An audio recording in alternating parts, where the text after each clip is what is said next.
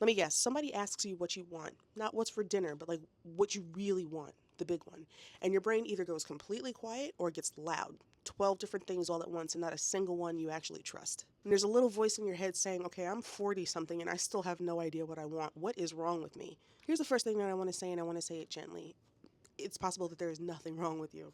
Stay with me because by the end of this, I think you'll be able to see why some of the things that you have been using as proof that you're broken are actually proof of something good.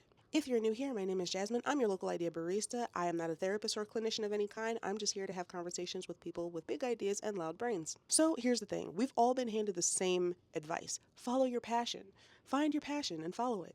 But for you and for me, that is a not enough answer to a too much problem. We don't need more desire. We have plenty of desire. What we've never been handed was a filter.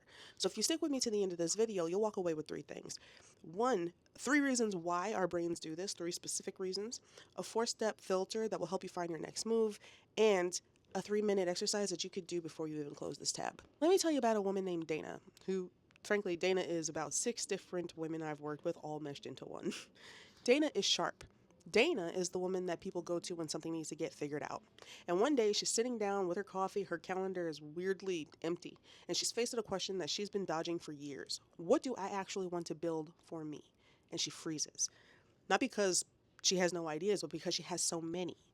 And she writes them down, and the ideas just won't stay still. She's got 3 half-filled notebooks full of ideas. She's got a Google Doc that's called Business Ideas Final.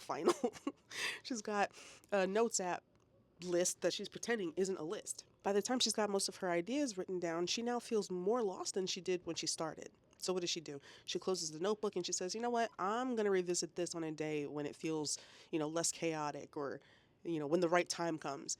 And as you and I both know, that day often never comes. I made this video for you if you've had this exact afternoon.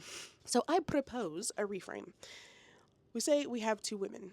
They say the same exact thing. I don't know what I want. The first woman genuinely feels empty. Like there's just nothing there. There's no spark. There's no interest, no joy. And to her, I would say this might be a good time to maybe speak to a therapist if you have the capability to do so. A productivity video is probably not going to be very helpful for you. But if that is you, I am glad that you're here. And I do hope that you get something out of this video. But the women that I work with aren't running on empty. They're running on overflow. It's not that she doesn't have any desire or any interest. She's got 14 of them. The podcast that she's been wanting to start, the newsletter that she's been wanting to do, the book that she's been carrying around in her head for 30 years. All of it is vying for her attention.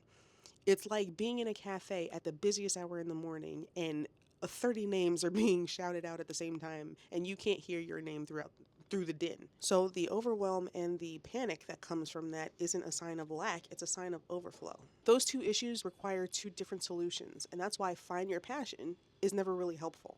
It's a not enough solution in a too much problem. So let's name the cause, because yours might be one of these 3, and if any of them punch you in the chest, take note of that. Number 1 is that you have too many real wants but no filter. Your brain is an idea factory that never clocks out and has 0 quality control. So the desires that are genuinely yours, like your dream, and the notions that come to you at like 2 a.m. randomly, those are both screaming at the same volume. It's not that you can't decide, it's just that you may need to build something that helps you decide. Number 2, choosing feels permanent, so we choose nothing. Somewhere in our brains, we decide that choosing this one thing means that we're marrying it forever, no takebacks.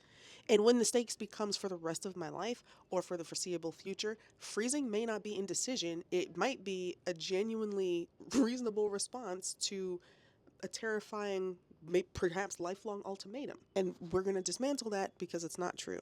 It's a lie. Number 3, you were in transition and the answer has now expired.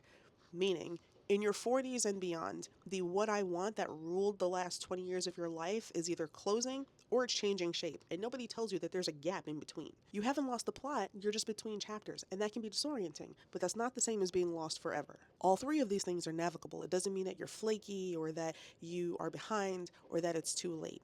It could mean that you need help with sorting. Maybe you have a fear problem. Maybe you have a timing problem. All of those things can be worked through. So here's a filter that I use when I feel this tangle happening.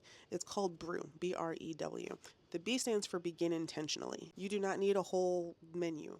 You are never in one sitting going to be able to figure out the rest of your life. And I hope that you're not trying to and then beating yourself up when you fail at it. One question that does cut the fog is that with everything that's swirling around in here, what's the one thing that is nagging at me? Like, not necessarily the smartest thing or the most impressive thing, but what is the one thing that has not left me alone? And if it's not moved forward in the next 6 months, I'm really going to be kicking myself in the ass. Don't optimize for impressiveness, optimize for the nag. The R stands for reflect honestly, and I feel like this is the part that most people skip, but this is the entire game. The honest question isn't necessarily what idea is the best. I think the honest answer is which ideas are actually mine versus what did I absorb because I thought it was something that I was supposed to want. A lot of those orders were never yours to begin with. I'll give you an example.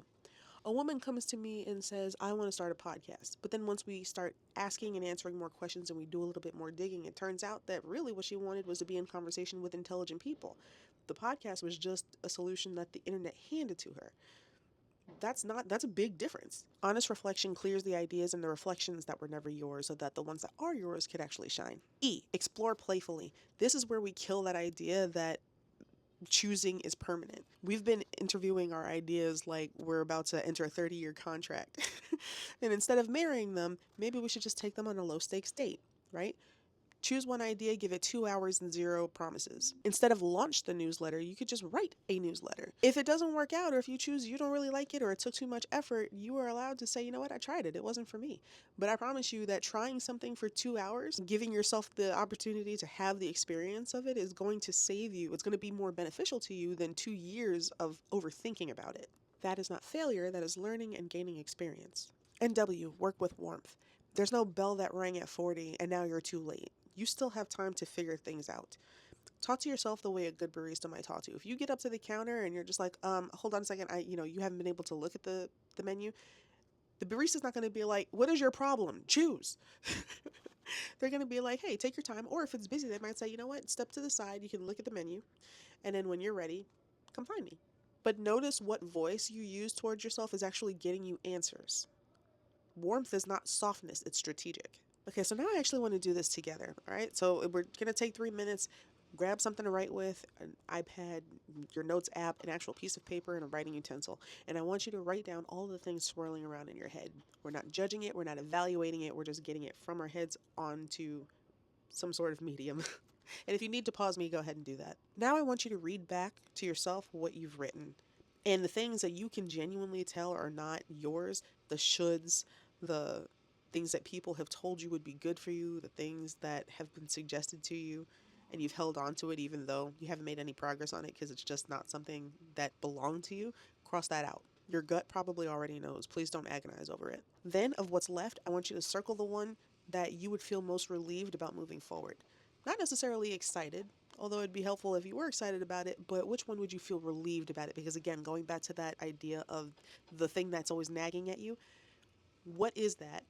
And how will you feel moving that forward? And whatever that thing is that you're circling, it is not your forever decision. It's just something that you can start moving on this week. I could already hear the objections coming. But there's three big ones. But what if I choose wrong?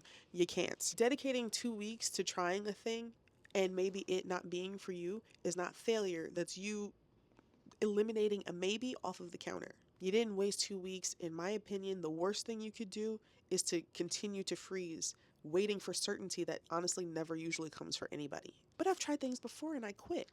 Probably. We all have. And for many different reasons. If you have been throwing yourself into things and trying to do everything all at once, or you're trying to do the big perfect thing as opposed to small little things that will get you there, yeah, you might have burnt out. That's not a character flaw, that's a scope issue. But this is a small one thing that you can try that you can also taste and walk away from if it's not for you. It's a different size, different result. But I don't have time. Listen, if you're watching this video or if you're scrolling social media, you have 2 hours to dedicate to one of your ideas. I'm not asking for the entire business plan. We are intentionally keeping this small because you're busy, not in spite of it. When you start choosing one next move instead of trying to take on the entire thing, the mental noise drops because now you've finally gotten the plan out of your head and you're actually starting to work on it. And by the way, that skill of being able to complete one thing builds into you being able to complete the other things as well. You're not abandoning 13 orders, you're just done trying to drink all of them all at once. So before you leave, do the 3-minute sort. That's the real homework. And if you need help with sorting out your ideas, there's a free tool in the description called the cafe menu, and that's going to help you prioritize and sort all of your ideas. You can even choose which ones are time sensitive. And then if you're still tangled, that's what my clarity to action sprint offer is for. But one thing at a time. Start with the free tool should you need it. You might be good with just paper and pencil. But that's the thing. We're taking baby steps. We're starting small. So here's what I want you to walk away with. I don't know what I want was never really the issue. Choosing your next move was a skill that you might not have ever been taught. But hopefully now you have it. If this loosened the knot for you even a little bit, I want you to put your circled thing in the comments because saying it out loud can actually be helpful.